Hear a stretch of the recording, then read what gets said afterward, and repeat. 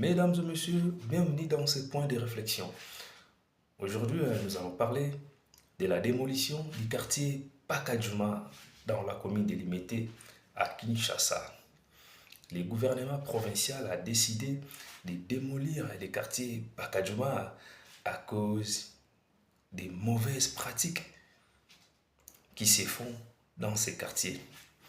Nous le savons tous, habitants de Kinshasa, que Pakadjouma, je peux dire, est l'épicentre de l'immoralité à Kinshasa, l'épicentre de la prostitution, du banditisme, de l'insécurité et même de l'insalubrité. Ce quartier est très insalubre. Ce quartier regorge beaucoup de bandits, regorge des prostituées. En bref, ces quartiers ne donnent pas une très bonne image dans la ville-province de Kinshasa. Vraiment, la décision du gouvernement provincial en soi n'est pas mauvaise. C'est une bonne décision. Mais les problèmes se posent les problèmes ne se posent pas plutôt pour la destruction ou la démolition, mais les problèmes se posent après la démolition. Qu'est-ce que le gouvernement prévoit pour les habitants de ces coins? Parce qu'il y a plusieurs familles qui habitaient ces lieux. Maintenant, comme ils sont déguerpis, où est-ce que le gouvernement a prévu pour reloger tous ces gens-là? Parce que dans un pays normal, dans un pays sérieux, quand vous avez des projets comme ça, des démolitions, il faut aussi prévoir les...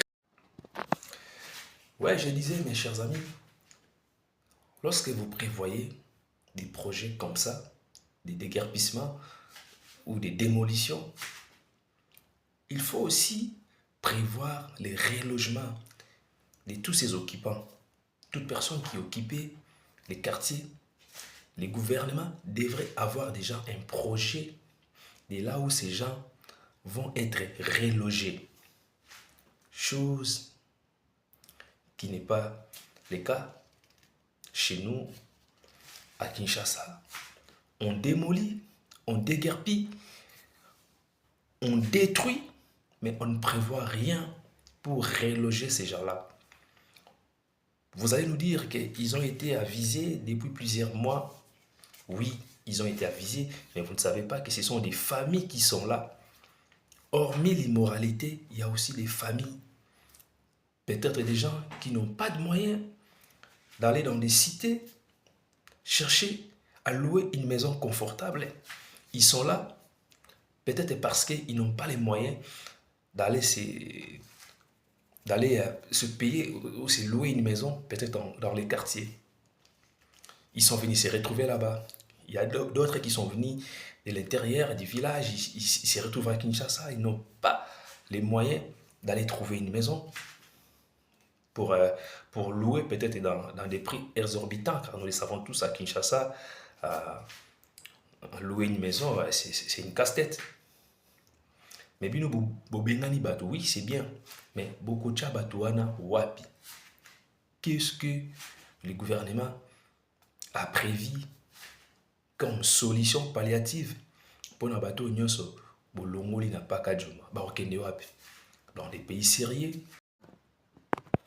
Vraiment, chers amis, mboka na biso eza makasi na osala ba spectacle.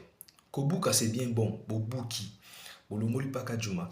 Est-ce que vous pensez aussi na bato nyonso ba no vanda na ba famille o bazalaki wana? Ba nyonso bazali ba miibité, ba nyonso bazali ba prostituée, ba nyonso bazali ba kuluna te. Il y a aussi des paisibles citoyens au bando vanda sort na bango ezani. Hier, j'ai suivi le gouverneur de Kinshasa, Daniel Bumba, Azolo Banini, Abi, Torocha, Bamaswa, Onatra, Bato Balinga Bazonga, intérieur, Bamatala Maswa Bazonga.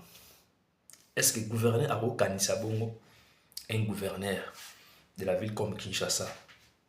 Alors, Bagetoche, Bamaswa, Bato Bagolinga Bazonga, Bazonga. Est-ce que Bato Nyoso Bazakawana, normalement Bautara Mboka?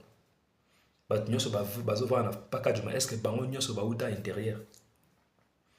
Dans le pays là, voisin na biso o ba entouré biso to za ba Angola exemple le roi en Angola ba te belé ba buka ba ndako na bango na Angola donc ba ça la projet ya marginal ba to bazala na ba chika ba to bazala ba te belé bazala na ba place belé l'état a buka a pesa bango ba place mosusu ba te belé ba se retrouver na ba quartier loka ba zango ba tongi ba ndako asika ba tindi bango kuna mais biso to bukaka mais to proposaka rien comme solution ba te belé ba buka ba ndako na bango na Congo na Kinshasa ti lelo bazanga ba place à rolala.